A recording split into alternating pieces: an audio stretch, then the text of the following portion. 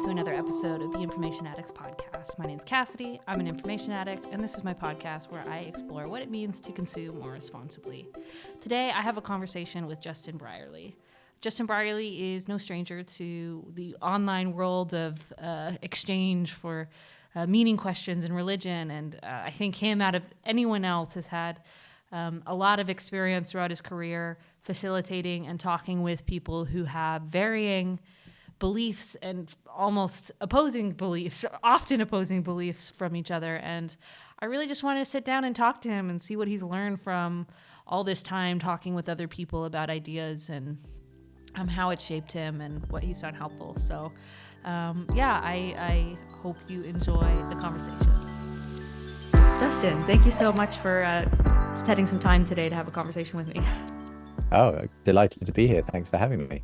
Yes, it's very special to have you on, actually. The longer that I've done sort of this internet thing and working in new media, the weirder it all starts to become for me, because you realize all of a sudden you're now interacting with people who you actually have never met in person. You've had limited conversations with, but you have a sense that you know them. And for me, it feels like you're sort of one of those people. As in 2016, 2017, I went through some deconstruction phase, and so I'm watching a lot of what you have put out on the internet. But and we have had a conversation before this, but this, I think, will be the very first conversation where I really get to know you and have a conversation about what you do. And so that's very exciting for me. So well, bless you. Thank you. It's always lovely to hear when the stuff I've produced has impacted people in some way. So thank you very much, and I'm glad it was helpful.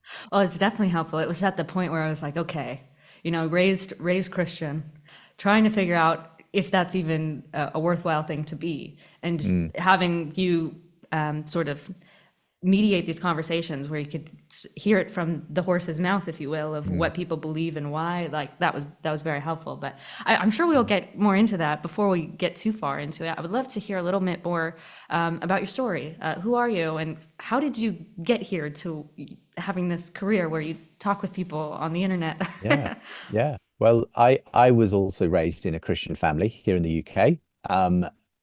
Though I guess I wouldn't say I really owned that faith myself till my sort of late teens. It was a sort of charismatic evangelical kind of background. In fact, my parents themselves became Christians at university, and became part of the kind of the British iteration of the Jesus People movement, really, in the early 70s. Was that very big in the UK? Because I live in the Netherlands now, and I'm realizing there's a different scope of church in Europe versus in America. Yeah.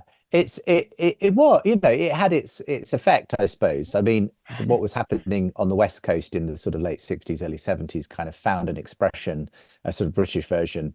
But, they were, I suppose, kind of, hippies of their era who kind of got into this kind of radical sort of commune, really.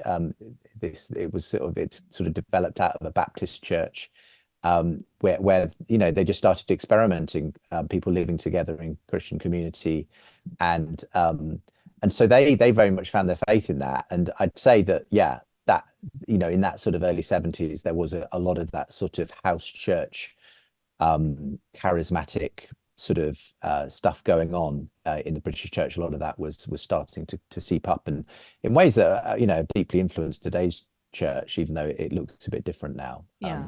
Some 50 years on. But I found my faith, so I was would have been the mid-90s that I really came to faith, and then went on to university and started to kind of, I suppose, interact with a lot more other types of Christians and non-Christians at university. Had some challenges at that point, I suppose, to my faith, as I met with skeptics and so on, but really got a sense that I was being called to journalism at that point. So I ended up working more or less after leaving university, getting married. I then started working in Christian radio in the UK, and was there for over 20 years for Premier Christian Radio.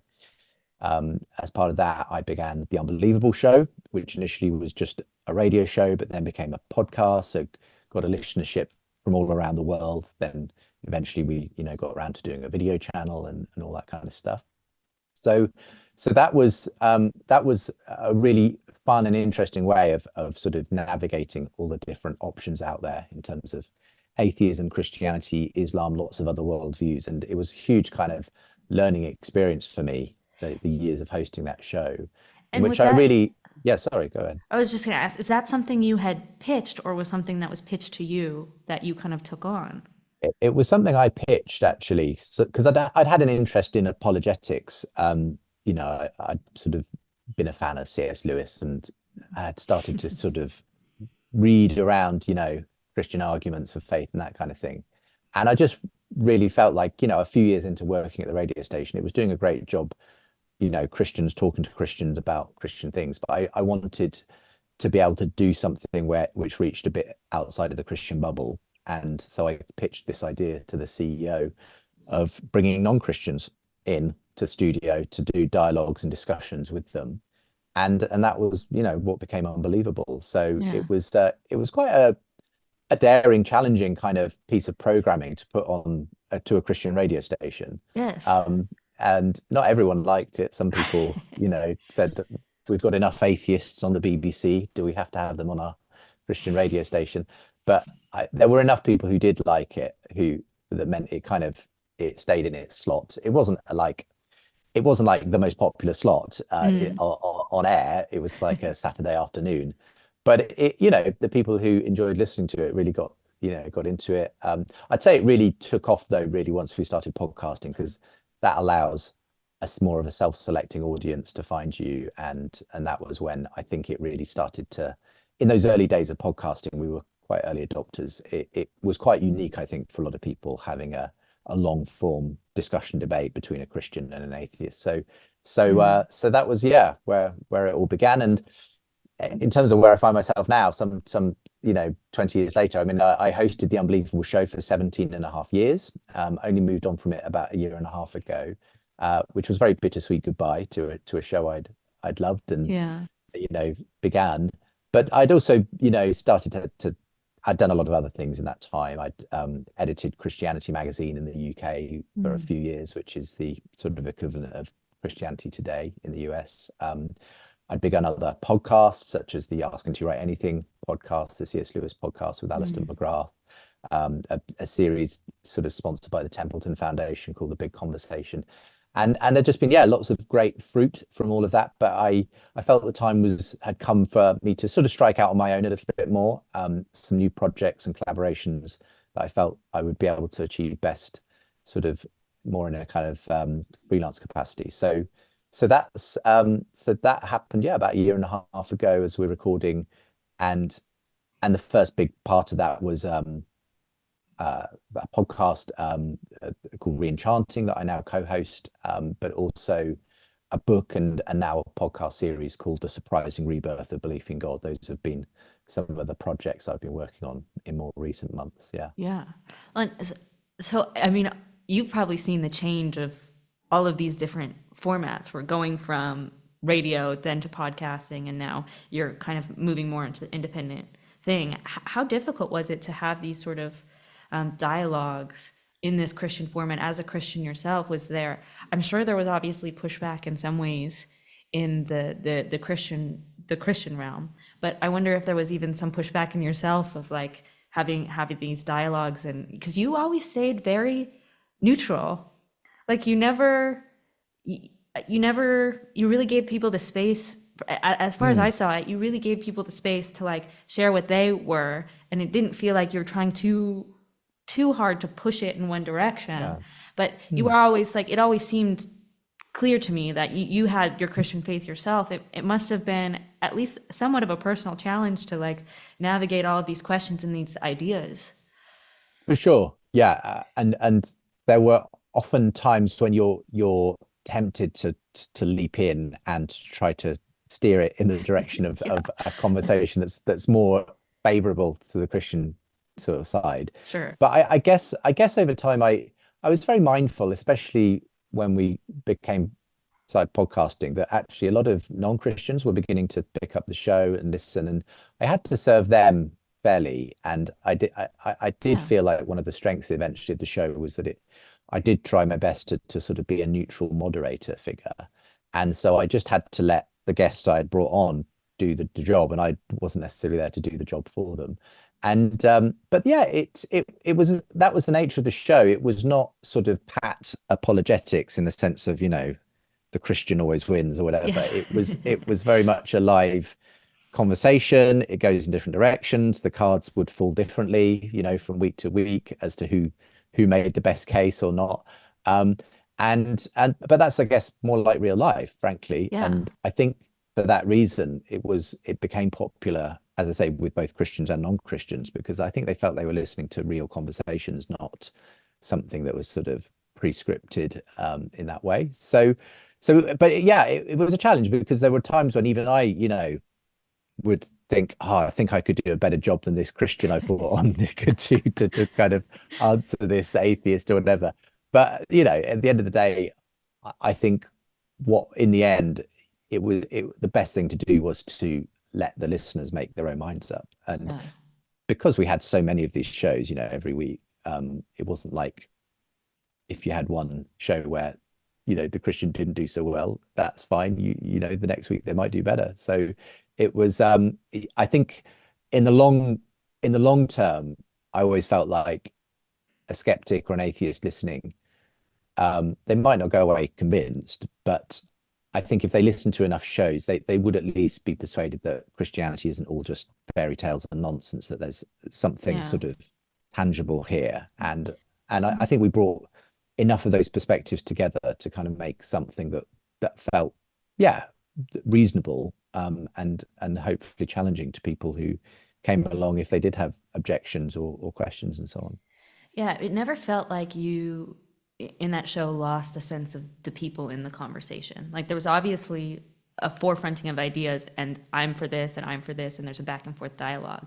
But it didn't feel like some of the debate style things where it was the Mm, argument above everything else and finding a way to mm, like mm, really get that. I mean, especially with mm, some of these deconstruction conversations. mm, I remember mm. you had one conversation with I forget her name, but the woman who was in the Gungar, and she went from Yes. yes, and she was sort of more liberal, and I can't Mm. quite remember who she was talking with. So that was actually with I think it was Elisa Childers. Yeah, Elisa has kind of become, a relatively large name now in yeah, that area, podcasting and her own show and so on. At the time, she was less well known, um, but yeah, she went on with Lisa Gunga, and that was a really interesting sort of, yeah, sort of show with sort of Lisa Gunga's kind of story of deconstruction and yeah, going in a much more kind of liberal direction, progressive yeah, direction, opposite Elisa Childer, who'd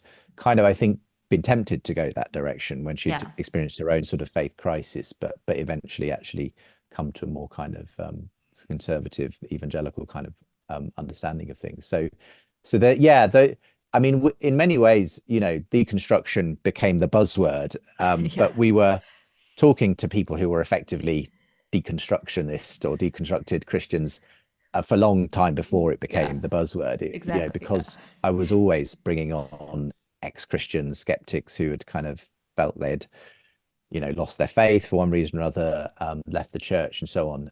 It was only latterly that we started calling it, yes. deconstruction. Yeah, it Yeah, became some sort of marketing term, or at least yeah, like yeah, yeah. enough in the culture of whatever Yes. this ideal word was to kind of put a finger on the thing that had been happening for a while. Yeah.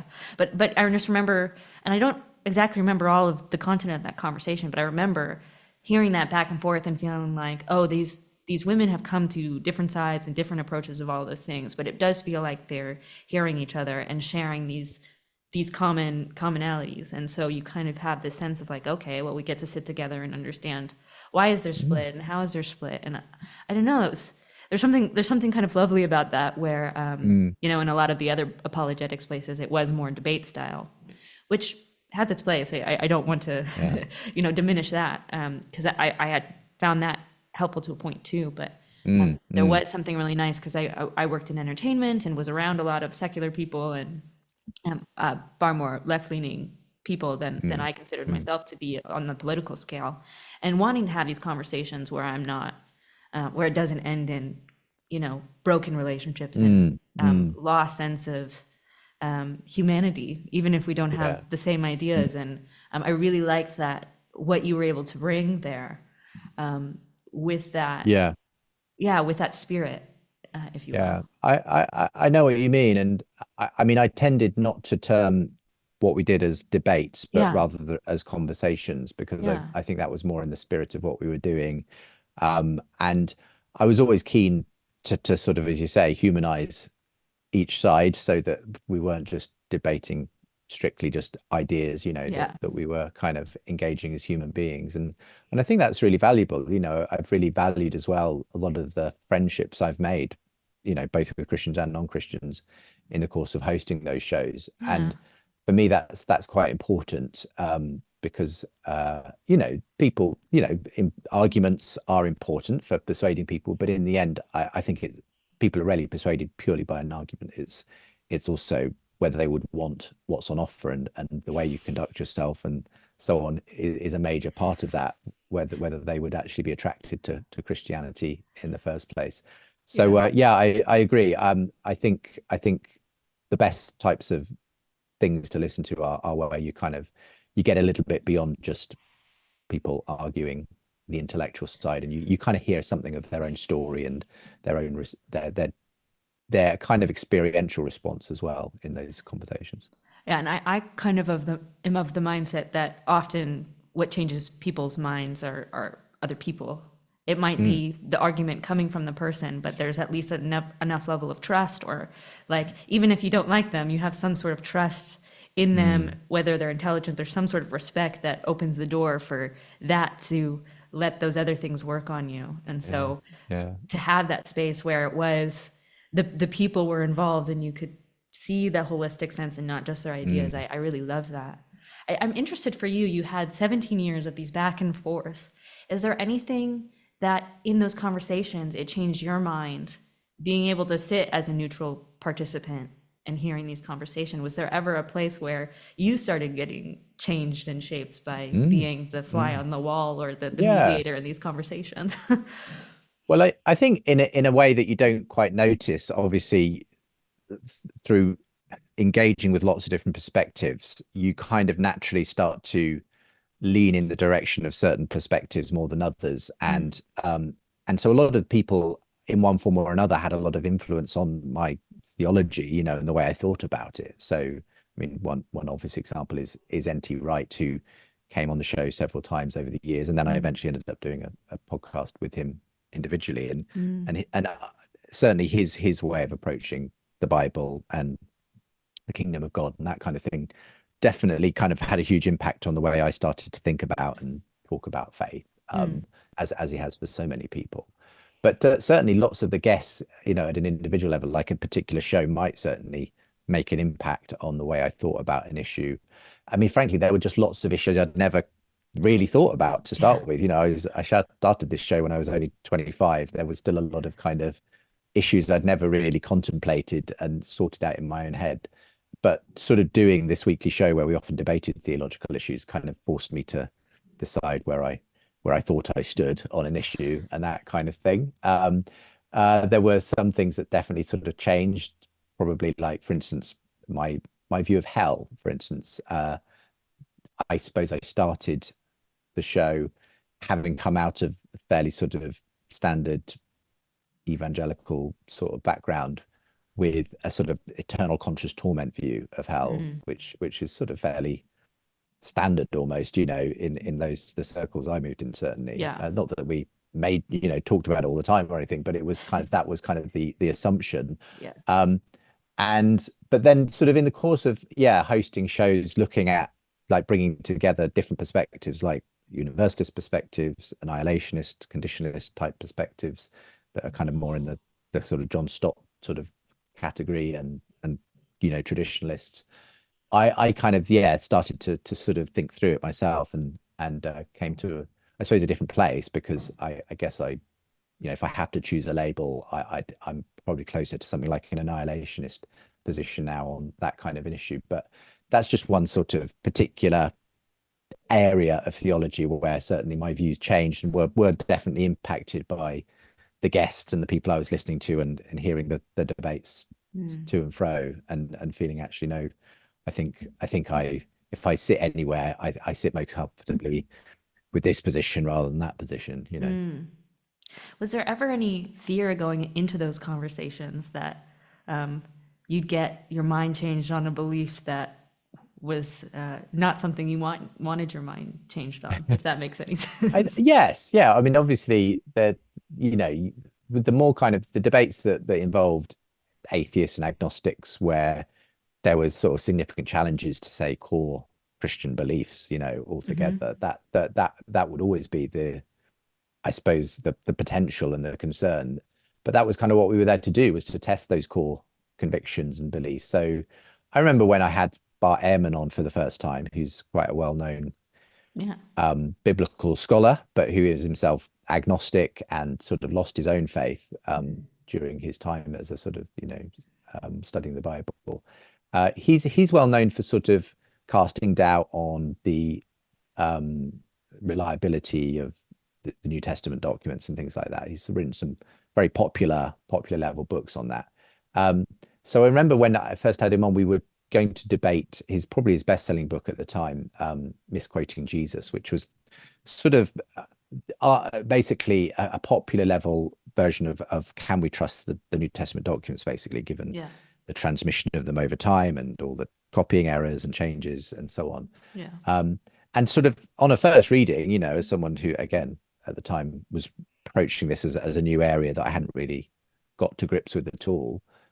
Yeah, it looked quite compelling, and sort of I was thinking, crumbs, you know, he seems to be making some really good arguments against the reliability of scripture here.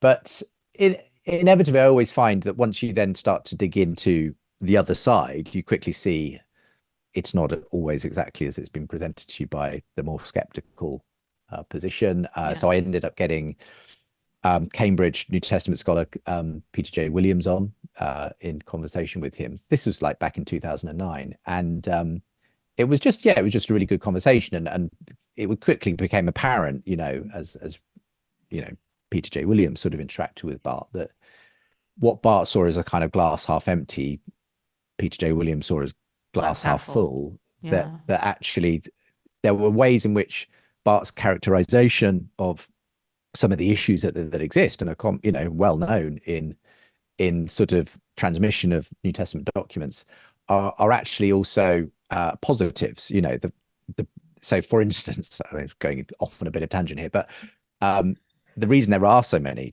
differences and scribal changes and errors and so on is because there are just so many documents. You know, the more documents you have, the more variety you will have. Yeah. But that's also the great strength, actually, is that we have so many of them. It makes it possible for the work of sort of textual criticism to happen, where in a very careful kind of methodical way, you actually track back to what the earliest documents, which no longer exist, most likely said. And you can do that far better when you've got so many documents to hand with all of their differences.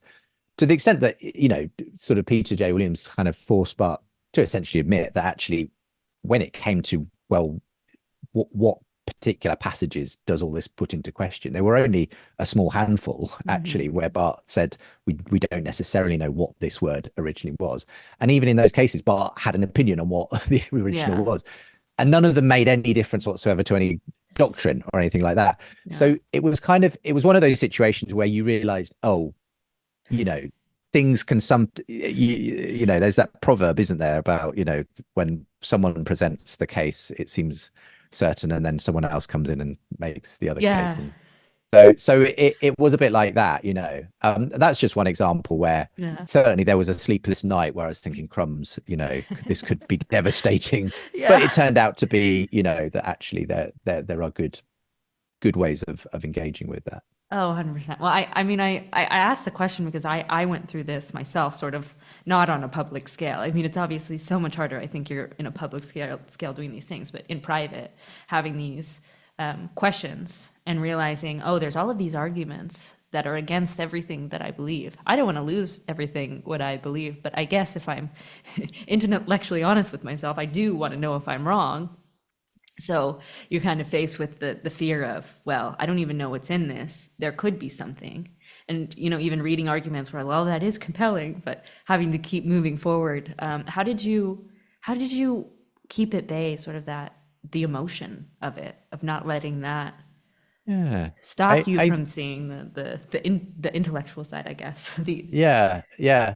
I think it's a really difficult one because it's not journey I've gone on because my sort of, you could say, I, I I kind of went through a deconstruction of sorts myself because in as much as a lot of the assumptions I held about Christianity had to kind of be refashioned and Yeah, rethought in the process. And I'd kind of put myself on this quest, but that was also my job, yeah, to go and look at all these arguments for Christianity and pick them apart and, hear from both sides and yeah, see what came out. And in the process, yeah, there were lots of areas, I've just mentioned a couple, but where I didn't I had to often shed a kind of a kind of something I maybe picked up through childhood or whatever, or a particular way of thinking about scripture that actually I realized on in retrospect I had a fairly shallow view of that. A lot of Christians I think do sort of just have this view that the Bible just kind of fell from the sky ready mm, made, and for some people, they kind of go through life and it kind of they'll keep operating on that principle. But others will, like you obviously did, come up against a lot of, questions around that and have to kind of get to grips with the real historical the history of the scripture and how it came to be and how we're meant to understand it, as both the mm, work of human hands and divine yeah, providence. And so I think I was doing all of that, as I went through it. And I think that yeah, absolutely. The challenge for anyone going through that is how do you sort of hold on to your faith yeah, while kind of putting it through this intellectual mill to kind of and so on. I'd say that for me, what was probably critical in that process was that I didn't disengage from the practice of Christianity yeah, while I was looking at the intellectual side. So I'd always been part of a worshiping church community. My wife is a church minister, so it's kind of came with the territory that I was in church every Sunday with our kids and everything else. And a lot of that just helps to ground you in the reality of what Christianity is for most people on a day-to-day level, that most people aren't taken up with lots of the big intellectual questions. yeah, It's just sort of something people do, and it's part of their life on a day-to-day basis. um I'd say that I kind of, I suppose I always had at the center my my faith, at one level wasn't it the genesis of my faith wasn't in a sense an intellectual yeah, argument anyway. yeah, It was an experience. I had had an experience of God age 15 that sort of put me on the path to my own Christian faith. yeah, And then my brain, my intellectual side kind of had to catch up with yeah, that. And that's sort of a lot of what Unbelievable was kind of me doing that over many years. But at the core of it was still a kind of sense that God had come into my life. And that was something I couldn't just dismiss. I mean, I yeah, sometimes questioned it, maybe the atheists are right, maybe it was just my imagination or whatever, yeah, but I couldn't sort of shake the fact that something had happened to me. yeah, And that was kind of, and that beginning point kind of uh sort of set in train, just the sense that I was in a relationship with God, even though God was sometimes difficult to understand and I had lots of questions and there were issues along the way and disappointments and everything else. I don't know. I just, for me at least, I know this isn't everyone's experience, but that was always there. That and yeah, I never sort of had to. It never got to the point where the doubt totally kind of stripped that away. yeah, I was able to somehow keep that and work this stuff out alongside it. yeah, Um, and to the point where there's lots of things where I don't have certainty, certainly about lots of, theological issues. There's lots of bits where I'm happy to say it's a mystery and I'm not sure. But I guess I got to the point where at the intellectual level, it Christianity was the most coherent worldview that I could find. I understood that, but there's always going to be mystery and some objections that you can't necessarily answer. But I still found it more compelling than anything else I'd been presented with up to that point. And I, and at some point you sort of have to commit to it. You can't kind of sit on the fence forever wondering if this might be true or not. You sort of have to just dive in and do it. Yeah. And that's kind of what that I suppose that's the choice I made. I'm just going to do this, and act as if it's true. And actually, I found that makes sense. It sort of when I put my weight onto it, it supported me, in that Yeah. way. Well, yeah, I resonate very much with your story. I feel like the paths are very similar in having a very experiential experience at a sort of pivotal age, 18 or so, Mm, and having that force me into a more serious sense of participation with the thing that I grew up in. And then getting to that place of like when the intellectual question's happening, going, I understand that I could be wrong. Like, I know that. Yet there is this sense deep within me, based on this experience, that I'm not. I have to do my best to really look at mm, everything and say, I will accept the answer either way, but like, I believe this is true. I'm going in my head saying, maybe I'm an idiot, maybe I'm stupid. Yet, when I'm in my lowest senses, I can't help but pray. And so there's something to say, well, mm, my being believes it's true. mm, Let's go mm, down to see, like, let's go down the rabbit hole and be open to the opposition, because that's the only way that there's, I guess it's not the only way, but there is a better path to understanding that, if mm, you open yourself up to that than if you don't. And I came to the same place. It just seemed more coherent. Well, I obviously changed myself. I went from sort of mm, non-denominational evangelical Protestant background in America, and now I'm Eastern Orthodox. And so there was mm, definitely a change, but that mm, Christianity sense, that coherency mm, sense, mm. it was bolstered by that willingness to open myself Yeah. up genuinely to people who think differently than I am, and not placate them, but take seriously what they said. And so, no, Mm, that totally tracks for me. Um, I'd love to kind of talk a little bit about your project now, because you've cut ties with Unbelievable, but now you have this project, the surprising rebirth of Christianity. How did you come to the idea that you wanted to take that on, and how did that all sort of develop? mm. Yeah. So I'd sort of had a book kind of bubbling away for a while. I'd published one book back in 2017, which was named after the show at the time, Yeah. Unbelievable, and the subtitle, Why After 10 Years of Talking with Atheists, I'm Still a Christian. So it was kind of my apologetics book, my case for faith, drawing on a lot of the conversations and kind of giving my kind of core evidences, for faith and so on.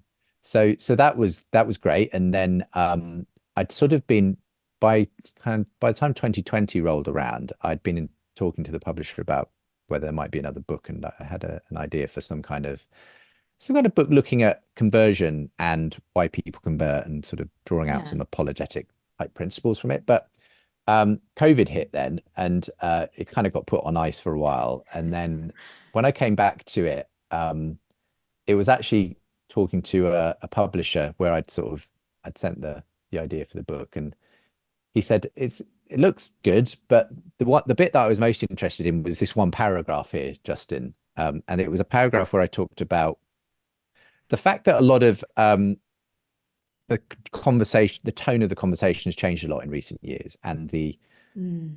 a lot more secular thinkers are kind of talking in warm terms about Christianity. Yeah. And he said to me, I think that's a really interesting idea to sort of, and I by that time I'd increasingly kind of been feeling that way myself by the time I came back to looking at this sort of proposal again. And I thought, you know what? Yeah, I think that's the book I want to write. I want to write not, there's be a lot of value in sort of writing just a book about people's conversion experiences, but Yeah.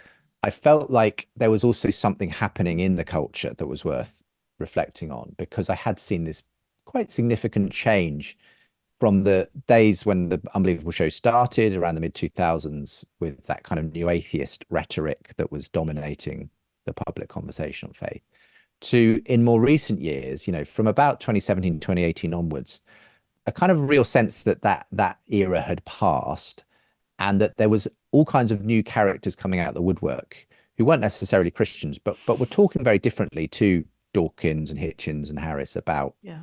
the value of faith. So I'd been having, interesting conversations with Jordan Peterson, with Tom Holland, with Douglas Murray. All of these were sort of public intellectuals who didn't necessarily profess faith, but were sort of attracting audiences, had large platforms and followings, and talking very sympathetically about the value of faith. And and the more that I sort of heard from this, I realized there might be a book in this, and so that became the surprising rebirth of belief in God. And um, these things take a while, certainly in my case, to write and eventually get Yeah. published. So like I was working on it sort of from sort of 2021 onwards, and then eventually, it saw the light of day last year in 2023. But by the time it got published, it was interesting. There'd been about a year since I'd sort of subscript sent in the manuscript at that point, and but I was starting to hear a lot more of this thesis just everywhere I went, and I was it was turning up on podcasts and everything else. And then just like a couple of months after I published the book, Ayaan Hirsi Ali wrote this sort of viral piece for Unheard called "Why I'm Now a Christian," and Yeah. Ayaan Hirsi Ali arguably was the most famous female atheist in the world, and Yeah. and her story was almost an encapsulation of my thesis about the way that she felt atheism hadn't provided enough of a mode for living in the world that to compete with other ideologies and other stories, whether it be sort of Islam or Putin's Russia or China, or Mm. what she sees as the danger of woke ideologies on the left. And then her own personal story of kind of this moment of kind of coming to realize she needed God, basically. And so so I just started to see more and more of these stories popping up. And so the book, yeah, it was really interesting. It just felt like it was catching a wave of something. This story of the rise and fall of new atheism, and this new conversation on God that seems to have emerged in the culture. And then alongside that has gone as sort of a podcast documentary series Yeah. of the same name, which basically is like a deep dive into those issues, talking to a lot of the people involved. So yeah, that's been the big sort of focus for me over the last year or so. Yeah. For you personally, did this transition feel like a surprise? Or do you think it's more of a surprise culturally? Because you're so in the weeds with all of it. You probably have Mm. a stronger sense of where this was moving before anybody else. I'm just curious. Like, I wonder, for you, Yeah, was it really out of the I realm of guess possibility? it wasn't that it was out of the realm of possibility, but it was still surprising. Hence the name of the book. Yeah. The surprising rebirth of belief in God, because you wouldn't have necessarily predicted it. At one level, as a Christian, I guess I'm always believe God's going to work and move. Yeah. But at a kind of purely natural level, you wouldn't necessarily have predicted some of the things that have happened when you look back to the new atheist era, where it just religion was, it felt at least like religious belief was very much being poo-pooed and dismissed, and generally the atmosphere in the culture, at least where I live, was sort of in step with that. Whereas now it does feel like you can talk about God again in Mhm. a different way in lots of contexts. It doesn't get sort of rained on by the same people that it used to be. And yeah, I guess I was surprised when I saw, for instance, love him or hate him, Jordan Peterson coming out the woodwork in 2017, suddenly this eccentric psychology professor filling whole auditoriums, um, with young people talking, for 2 or 3 hours on the book of Genesis. And Yeah. I remember when, Paul van der Klee, who we both know, who Yeah. had, been a listener of the show for some time at this point. And I remember him kind of pointing it out and saying, "Oh, this is weird, isn't it? This is strange." And I just noticed more and more of that kind of thing happening. And it was interesting and strange because this was the same, essentially, the people turning up for Jordan Peterson were the same people who had been turning up for Dawkins and Harris, the same demographic at least. Yes. And Yeah. and it just felt really interesting that there'd been this sort of something had flipped. And I guess my best way of kind of understanding that is just that the answers that had been offered by the new atheists just hadn't worked out in most people's lives. And so they were kind of ready to hear a different take. And suddenly this sort of slightly eccentric psychology professor came along, pointing them back to the Bible. And people suddenly were like, "Oh, turns out there might be something useful in this." And so I just sort of and I just noticed it wasn't just him, it was just more and more people I was coming across who were talking about that or moving in that direction. Yeah. And suddenly saying, "Oh, I was a new atheist, Justin, but I've really kind of changed my mind on the value of faith." And they weren't necessarily saying they were Christians, but they were kind of really changing their tune on things. It felt like they'd just sort of suddenly outgrown almost that kind of phase of their life, and they were just open to a very different kind of conversation.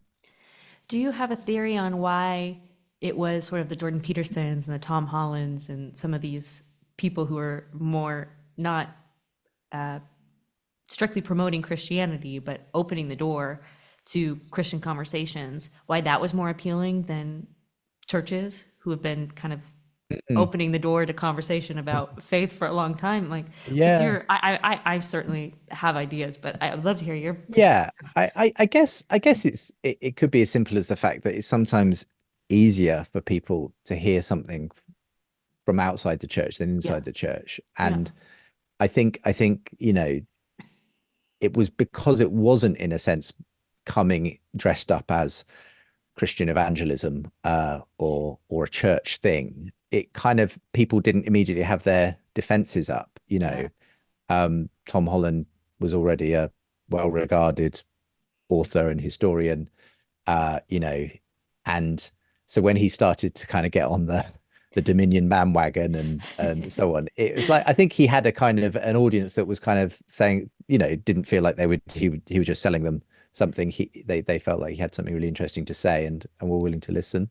Um, Jordan Peterson kind of did sort of come out of nowhere in a way, but I think his attraction was I think it's because he felt sort of intellectually serious for a lot of people, and they were looking for that kind of meaty yeah, stuff. And this was kind of at the time when you know podcasting had come of age by that point. And certain people just liked listening to 3 hours of Joe Rogan doing some deep dive with someone or whatever, and it kind of just hit that kind of that wave of YouTube podcasty stuff, and he was just the right person. I think he was, and at a moment when a lot of people felt like something had gone wrong in the culture, and here was someone maybe speaking some common sense, but also saying something quite different and distinct, and saying it in a very sort of emotionally open way as well. I think that was part of yeah, the appeal of yeah. Peterson, especially was you got the sense he was wearing his heart on his sleeve. He would frequently, break down in tears, and I think the people, especially the young men he spoke to, I think they genuinely felt like he cared, and it's not that the new atheists didn't care, but it was more of a performative thing, I think, for them, and I think that was a real difference with him. But again, I think the main reason is because they were sort of prophets from outside the church, and people often, I think, Yeah. find it easier to receive that than from people who are coming from within the church. Well, it doesn't feel like a sales pitch to Yeah. buy the thing that I've already bought. Like it's not the pyramid scheme or whatever. And Mm, that's a mm. disingenuous way to express what is happening in the church. I'm just saying that feeling Yeah, of yeah. like I, it's I not know what that you mean. it's Yeah, not that thing that I'm yeah. being bought into, but like it's like I don't know, kind of Mm, intriguing and weird on the mm, edge. And mm. but yeah, it's been interesting where and I guess Peterson now is more willing to say he's a Christian, although I'm not sure if he's officially Yeah, come out and said it. But it was interesting to watch all of these men who were getting attracted to Jordan Peterson and finding him interesting, and my husband being one of them, having this interest in the biblical series and being willing to take the step that Peterson at least wouldn't take publicly to go into the church and find that space. That was very fascinating to watch for me. And yeah. Yeah. No, I was meeting a lot of those people, and it was fascinating. Like you, I was fascinated that this was happening. I mean, you don't want to overstate it, but it's for me, it's kind of, wherever Jordan Peterson lands on, at a personal level with faith, there's no doubt that he's definitely opened the door for a lot of people to take it seriously again, and and but he's kind of the probably the main figure of a more general movement that I've seen, where across the board there's been a kind of more of an openness to the value of faith. As I say, mentioned a couple of other figures, but there's more you could add, and just a general kind of just that the way in which podcasts and YouTube and so on has sort of opened up a whole lot of different places you can go. Not all of them good, obviously, but the sort of it's enabled this quite interesting, flourishing space for people, especially men, I think, to explore intellectual ideas, and the gatekeepers that once existed almost, that sort of put people off going down the faith route, don't exist so much. And so when you get a kind of interesting voice like a Peterson or even like Joe Rogan suddenly saying, interesting things about God or whatever, that suddenly it feels like, okay, I can explore this. It's kind of given a way in which a lot of men can go and sort of dip their toes in. Now there's still a long way between that and kind of maybe crossing the threshold of a church. So I think that's the big challenge actually for in many ways, but it's kind of, for all its faults, YouTube and podcasting has, I think, enabled quite a lot of people to, if they're open to going down that particular algorithmic rabbit hole, to suddenly find, oh, there's all these interesting thinkers saying things that I wasn't exactly expecting.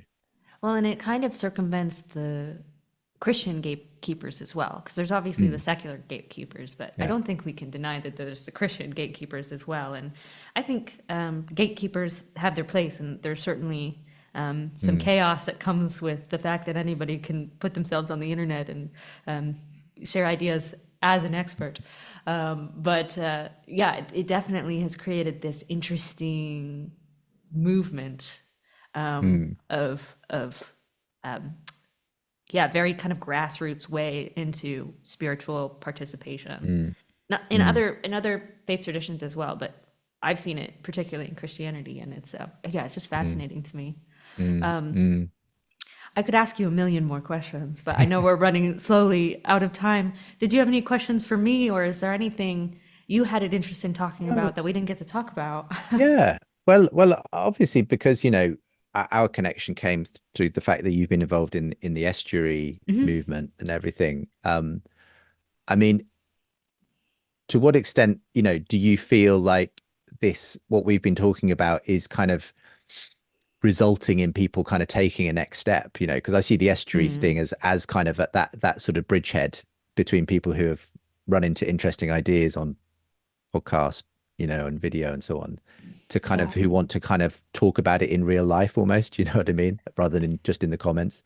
So what do you think? Where's it going in that respect? I mean, it seems like it's growing to me, but I also know that that's my world. And Yes. so it seems like it's growing because it's growing in my world. But, it might be just this weird little pocket that I've stumbled into and am trying to help foster in some way. But I mean, before I even started trying to work in this space, I was just having some of these questions, with anybody who would talk with me, really, because it's like that's the best way to start, I suppose. But having these questions and realizing, and a lot of this started in 2016 and has continued till this day for myself. I was a practicing Christian and would be open to conversations about religion before, but it didn't become a very pivotal, like, open part of my life until probably 2016, like a very, I don't know how would you call it, significant. It was always significant, but in this sort of openness of trying to Mm, have these mm, like mm. sort of unorthodox dialogues, Yeah. I guess. Mm, mm. And even then, before I was part of Estuary, I would talk to people and have this expectation that nobody wants to talk about religion or politics or whatever, and it was always going to end in a fight. But when I came genuinely and just listened and heard, I realized, oh, there's a lot less animosity to Christianity than, or even just religious questions, than I thought in my sense Mm, of it from being inside the church. Now, there certainly is some not so great views of Christianity, but there were mm. plenty of people who were willing to talk with me and not completely disregard me as a person because I had these things that didn't fit with the culture, and that was encouraging. Yeah. And then as I, stumbled across Paul Vanderklay and kind of walked through him through this estuary stuff, all of a sudden it was like, that's what I always wanted to see, especially when I was still an evangelical. Like, I'm with you. I think Christianity is true, and I want to live that out and protect it. And I do hope people come to it because it helps me. Mm, And I think as a humanity, we share a universal, ultimate truth about those questions. And so if it is true for me and it helped me, I think it's true for others and could help them as well. But I always wanted it to be like, no matter whether they convert or not, mm. I'm still with them. I still want to engage with them. I don't want to Yeah. break that off. And so how can we have some ways where we can meet people where they're at, not as this evangelical tool to bring them in, but have these dialogues like you were having, but have these dialogues Yeah. about faith and questions in a serious way that we can come together and work together, not pitching the capital T truth of Yeah. the Yeah. the Yeah. Yeah. thing that we're in. And yeah, it was always a little wary, like, well, that's great, but we don't want to muddy the truth. And it's like, oh, okay.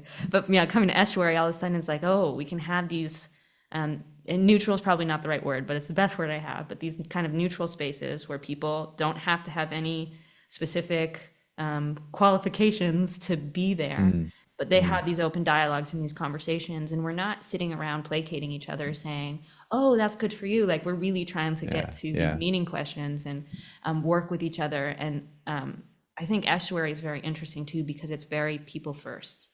We never want to lose the sense that this person is a human being and independent of whatever troubling view that they have or that we disagree with, we still want to see them as a person and find a way to like practice and engage with that. I think it's a more dangerous space than some of these more targeted places, I Mm, suppose, because mm, it mm. certainly opens you up to ideas the potential to ideas that are not very good. Yeah. And it certainly can distract you from putting your attention on the faith that you believe Mm, and that is mm, true, mm. and living that out. But I mean, I know for myself, it gave me a better clarity on Christianity and brought me to a faith tradition that I could commit to and embody my Yeah. life in. And my husband the same, and even those who haven't committed to a faith yet. Like I have a friend, Bill. He went from this atheist place, and now he's like, oh, I reluctantly believe in God. I don't know what I'm going to do with that question, but like I it's helpless. I can't Yeah. escape it. And Mm, there's something beautiful about being able to talk with those people and not feel like I'm trying to sneak them in. I'm always going to be yeah. honest about what I do, but it Mm, gives me that mm, space to say, mm, and that trust mm. in that person that you're taking this earnestly. Because I would Yeah. talk to so many atheists who they earnestly didn't believe what I believe and they could not see it. And I don't think they were just, uh, how would you say it? Like trying to trick me or lie to me. Like I see it Mm, and I could understand eventually how they got to that place. I didn't agree, but it was sort of like I wanted to extend that trust to those people mm, to say, yeah, mm, but I don't want mm. to, I don't, you also don't want to cut them off from the conversation of something that could Yeah. be more full. And Yeah. there were so many conversations where it was like you would I worked in comedy for a long time when I was in the US, so I'd sit in bars and have these conversations about religion with people, and you would invite them to church and you're like, I'm not going to do that. I can't do that. I can't walk into a church, but they'll sit with me and they'll have these conversations.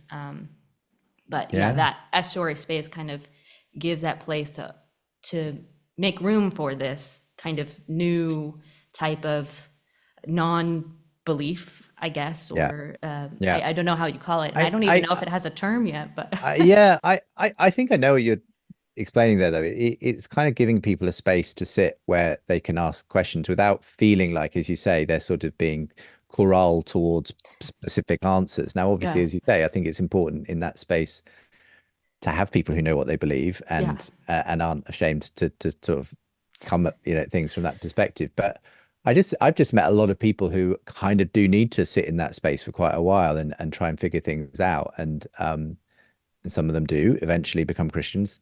Not all of them will, obviously. But I feel like I'm glad it exists because it's needed. And if you tried to turn it into here's, the 5 steps to basically getting you a yeah. bum on a pew, I just don't think those people would be there because that's not that they wouldn't No. want to be in that space. That wouldn't be the space that would actually attract them. I mean, I did have Yeah. one more question, if I may, Yeah. just one more for you, Cassidy, which is I guess estuary groups exist all over the place now. Mhm. And but what now that you live in the Netherlands, I'd be fascinated by your sense there as a country and in that part of Europe, Mm. what the sense is generally of the sort of spiritual atmosphere. I guess I think of the Netherlands as being fairly secular now, Yeah. and obviously has had, like many parts of that part of Europe, a strong Christian tradition in the past, Reformed, tradition, but by and large, very very secular now. I don't know, does my surprising rebirth thing figure at all where you are? Do you see any change in the atmosphere, any kind of sense that people are starting to question the kind of atheist materialist sort of paradigm and that kind of thing? Yeah, I think so. I mean, the interesting thing, I've lived in a couple countries. So I obviously from America, and I raised in Arizona, and then lived in California, like the Bay Area, for a while, and then I lived in Australia for a little bit, and now I live in the Netherlands. And the different kind of secularism in each of those places is interesting to me. Mm, And it may just be the circles that I was running in at the time. But, when I was in Arizona, it was like I knew people weren't religious, but it was sort of like people didn't really care if you were. And then you go to the Bay Area and you definitely get the sense people dislike that you're religious. But, right. generally, if you're not too pushy, they'll tolerate you. And then in Australia, there definitely felt more of like this antagonism to Mm, religion. And I think that might be more of the circles that I was in than versus, being in college and being in a yeah. very liberal arts Mm, um, degree, you kind of get that tension. But here in the Netherlands, there is more secularism, but it's sort of kind of like, you know, well, religion is just kind of weird. They don't have any like antagonism. It's just sort of like, well, that's weird. But it's also weirdly built into their cities and their cultures. Like in the Netherlands here, when you greet women, they do the 3 kisses. mm, And my husband was telling me, well, that's actually, take it back far enough. That's sort of representative of the Trinity, mm, and recognizing God in you. But people don't know that. But sure. I think Paul Vanderklay was talking about this at one of our festivals, where you have the churches and they're all in the center of the town, and it's all built around, because it's so much older, it's all built around religion, but Mm, sort of kind of fallen away and people don't understand yeah. it. But it has been, what I have seen is this estuary as kind of opening people up to these questions and enchanting it in a way that makes them, yeah, have this interest where it doesn't become sort of just like the stuffy thing that I maybe did when I was younger. Um, so, it's That's really interesting. I mean, I suppose the other side of this I wanted to ask about. Sorry for no, please. turning into interview here myself, but No, I could imagine some of this ending up in my own podcast. The I guess the other thing that I've been quite aware of is generally, in parts of Europe, a turn towards kind of populist, more right-wing kind of politics as well. And sometimes that's kind of been allied with a certain form of Christian nationalism and that sort of thing at various points. I mean, what's the situation there in the Netherlands at the moment? How much is there a kind of anti-Islamic sentiment, anti-immigration or whatever kind of going on? And how's that, I guess, big question, but playing into these questions of faith and identity and so on? Yeah, it doesn't seem as much of a thing here in the Netherlands as it is in the UK. It does seem that the Netherlands has a higher Muslim population than probably anywhere else that I've lived. And that just might be that there's more practicing Muslims here, and so you can identify them easier than where I lived before. But it does seem to me that seems more normal. It doesn't seem like politically there is as much kind of chaos with that. There's more politically, there's more chaos with the farmers than I think religion. But I think in the Netherlands there is sort of this thing where like religion's just weird. Okay, you can do it, but that's weird. Like I just don't want anything about it. There really isn't this sort of antagonism. And so when you open the door to having this place where, oh wait, this religious thing, like there's something interesting about it, and you can have these interesting conversations, and I didn't know what that was. It kind of, it brings people in a way that I've never seen like it being in evangelical churches. Like I've seen a lot of conversions in evangelical churches, but it's this different kind of sense of it. It's slower. It's more unconventional, but it is this thing where all of a sudden, you're taking it seriously. And now being in the Orthodox Church, happening in the U.S. and when I was living in the Netherlands, we're getting converts like crazy. We have catechumens coming in and new coming in every time. And like when my husband got baptized chrismated into the church, he was with 9 other people, half of them being people 30s and below. Wow. So there's something going on. I don't know exactly. I just see it from my perspective and my lived experience. But there's something interesting going on, and I'm eager to see how it all plays out. Well, thank you. Sorry for No, I like it. It's nice to not just be on the asking the questions. I enjoy having a back and forth, but we're sort of running out of time. Is there any last things you want to add before we close? No, not really. Just to say, for anyone watching or listening, they'd be very welcome to obviously get the book and the podcast. That's it's all available from my website, basically justinbrierley.com. The links to the book and the podcast there. But it's just been really, really fun chatting through these issues with you. So so lovely. And I'll put all the links below so you can check out Justin things. And thank you again for having a conversation. It was so lovely. Delightful. And I hope we can do something in person at some point in the future. Oh, that would be great. Thank you so much for watching. As always, I will close with a serenity prayer. God grant me the serenity to accept the things I cannot change, the courage to change the things I can, and the wisdom to know the difference.